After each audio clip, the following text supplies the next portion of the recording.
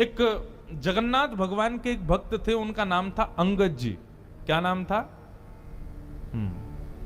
बहुत ध्यान से सुनना। श्री अंगद जी जो थे, ये एक राजा के सेनापति थे, और राजा जो था ना, वो इनका भतीजा ही था। एक चरित्र सुनाऊं एक भक्त का, अंगद जी का, बहुत ध्यान से सुनना। अंगद जी अपनी पत्नी से बहुत प्रेम करते थे, और उनकी पत्नी सत्संग से बहुत प्रेम करती थी। ठाकुर जी की कथा, कीर्तन, वैष्णव वार्ता, इनमें उसकी बड़ी रुचि। लेकिन अंगद जी को कथा आदि में बिल्कुल कोई रुचि नहीं थी। अपनी पत्नी से कहते थे, सुनो, तुम खूब कथा सुनो, खूब मंदिर जाओ, जो तुमको करना है करो, पर मुझसे कभी नहीं कहना कि तुम करो, मेरे को कभी नहीं छेड़ना। पत्नी के मन में आता तो था कि ये भी भजन करें, लेकिन कोई बात नहीं, जैसी हरी इच्छा। अंगद जी रोज शाम को आते, पत्नी के पास बैठते, खूब प्रेम करते थे अपनी पत्नी से। एक दिन एकादशी का दिन था, आज एकादशी है। एकादशी का दिन बड़ा महत्वपूर्ण माना जाता है। तो एकादशी के दिन अंगद जी की पत्नी ने कुछ संतों को अपने घर बुलाया और सत्संग होने लगा घर में। प्रवचन ऐसे ही घर में बैठ के सब करने लगे। शाम को अंगद जी जब लौट करके आए, उन्होंने देखा घर में तो आज अलग ही रौनक है, इतनी सारी भीड़ आ रखी है, सब लोग नाच रहे हैं, गा रहे हैं, कीर्तन कर रहे हैं, कथा सुन रहे हैं। अंगद जी को बड़ा गुस्सा आया। मेरी आज्ञा के बिना मेरे ही घर में प्रवचन हो रहा है, मेरे ही घर में सत्संग चल रहा है, अरे कभी रोका तुमको कहीं जाने से? खूब जाओ, बाहर जाके कितना भी कथा सुनो, घर में क्यों करवा रही हो? तो अंगद जी ने जाकर के व्यासपीठ पर वैसे व्यास जी का अपमान कर दिया। बोले कि आपसे हाथ जोड़ के विनती है, तुरंत चले जाइए, ये मेरा घर है, मेरी अनुमति के बिना आप यहां कैसे आए? और सब लोगों से भी कहा, आप सबसे भी हाथ जोड़ के प्रार्थना, यहां से चले जाइए, ये कोई आश्रम नहीं है, घर है मेरा, चलिए निकलिए यहां से बाहर। पत्नी बोली, अरे सत्संग चल रहा है, अभी तो ऐसा मत करो। अंगद जी ने किसी की नहीं मानी, सबको भगा दिया। पत्नी को बहुत बुरा लगा। उसने मन में विचार किया, जो हरि का नहीं है उसको मैं अपना पति कैसे मान सकती हूं? तजोरे मन, कल हमने ये पंक्ति गाई थी ना, हरि विमुखन को संग। कई लोग मुझको इस बात पर कह देते हैं, महाराज जी आप क्या शिक्षा दे रहे हो लोगों को? क्या ऐसे पति को छोड़ दें, पत्नी को छोड़ दें? तो इस प्रकार से तो गृह कलेश हो जाएगा। भैया देखो, एक बात आपको बताऊं, मानव का स्वभाव है, वो शरीर से यदि किसी को स्वीकार कर रहा है तो वो स्वीकार्य नहीं है, मन से स्वीकार करे वो स्वीकार्य माना जाता है। हम शरीर से किसी को अपना मानते हैं तो वहां पर हमारा संबंध पुष्ट नहीं होता। संबंध की पुष्टि तो हृदय से होती है, हृदय से आप उसको मानते हो कि नहीं। और कोई व्यक्ति यदि शरीर से ना भी हो, हृदय से यदि आप उसको स्वीकार कर चुके तो निश्चित है आपका संबंध पक्का है।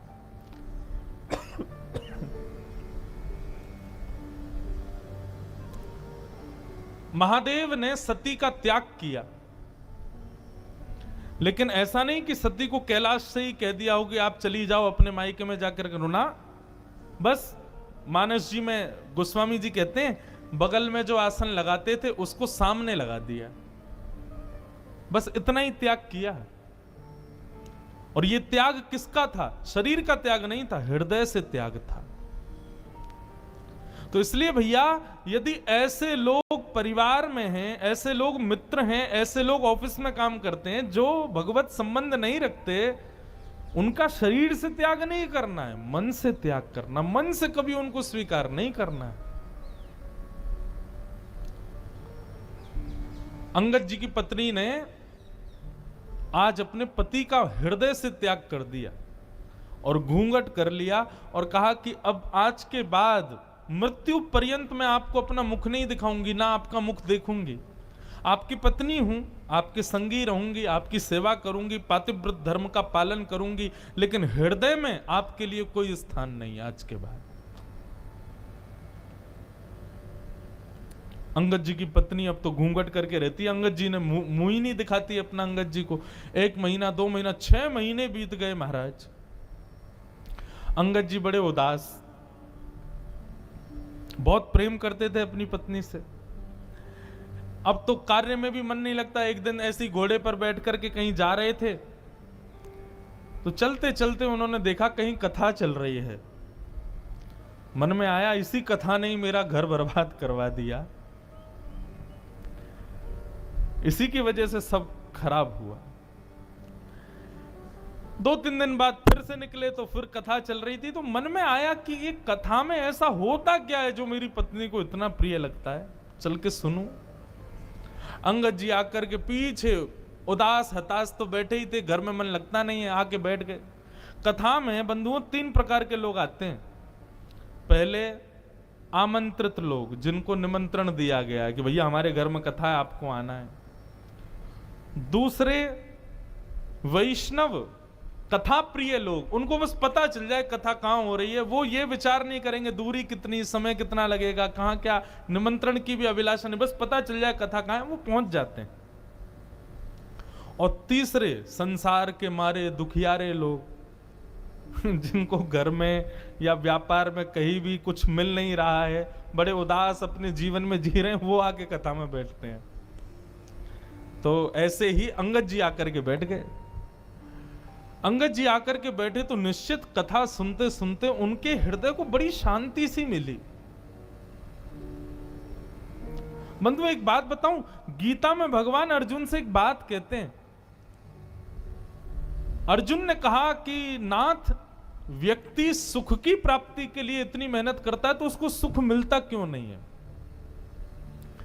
भगवान ने कहा डेस्टिनेशन गलत चुनी है मानव ने, सुख नहीं। हमने डेस्टिनेशन ही गलत चुन रखी है। हर कार्य के पीछे हम चाहते क्या है? सुख मिले। भगवान कहते हैं इसको बदलो, सुख नहीं शांति मिले। शांति की भावना से कर्म करो, शांति की भावना से क्रिया करो। हम क्या करते हैं? हमको सुख मिले, ऐसा करूं इतना मिल जाएगा, ये करूंगा वो करूंगा, ऐसा बनाऊंगा, ऐसे बैठा करूंगा, ऐसा कमरा, ऐसे सोफे, ऐसी पत्नी, ऐसी गाड़ी, ये सब सुख जन्य हम लोग कर्म करते हैं और वही सुख हमको नहीं मिलता। फिर आप अपने क्रिया के पीछे उद्देश्य शांति रखो, भगवान कहते हैं तब मानव प्रसन्न रहेगा। क्योंकि अर्जुन, सुख की भी एक लिमिट होती है, उससे ज्यादा यदि मिल जाए तो व्यक्ति दुखी हो जाता है। आपके गुजरात में श्रीखंड मुझे बड़ा प्रिय है। मैं द्वारिका में, अहमदाबाद तो मेरी पहली बार कथा और गुजरात में मेरी दूसरी कथा है। ये श्रीमद् भागवत की पहली कथा हमने की द्वारिका में और आज 7 साल बाद दूसरी कथा कर रहे हैं अहमदाबाद में। बाकी बीच में 2 दिन 4 दिन के सत्संग तो हुए हैं कई बार, पर सप्ताह कथा दूसरी बार हो रही है।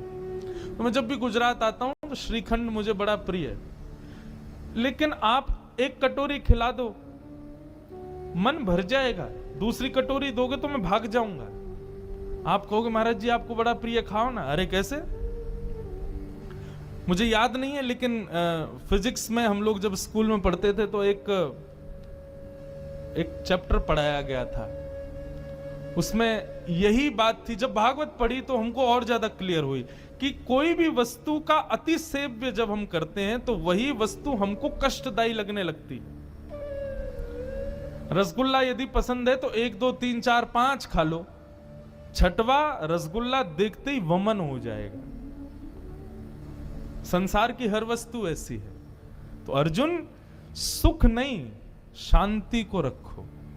किसी भी क्रिया को करने के पीछे उद्देश्य क्या हो? मुझे शांति मिले, तब देखो कर्म करके कैसा सुख मिलेगा। तो कथा में सुख मिलता है लोगों को।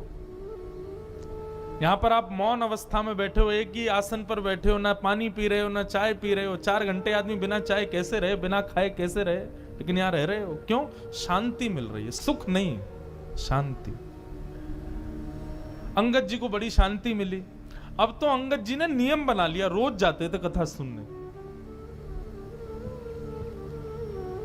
7वें दिन कथा पूरी हो गई। अंगद जी जैसे ही आए तो देखा कोई भी नहीं था। किसी से पूछा, भैया आज कथा नहीं होगी? बोले 7 ही दिन की होती है, कल हो गई पूरी, आज तो चले गए व्यास जी। बोले कहाँ चले गए? बोले दूसरी